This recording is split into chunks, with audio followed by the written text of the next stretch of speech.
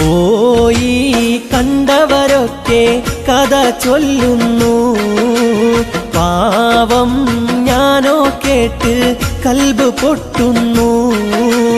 പാപിയാണെന്നാലും ഞാൻ ദിനം തേടുന്നു, പാവനമായ റൗളയെ ഞാൻ കിന കാണുന്നു.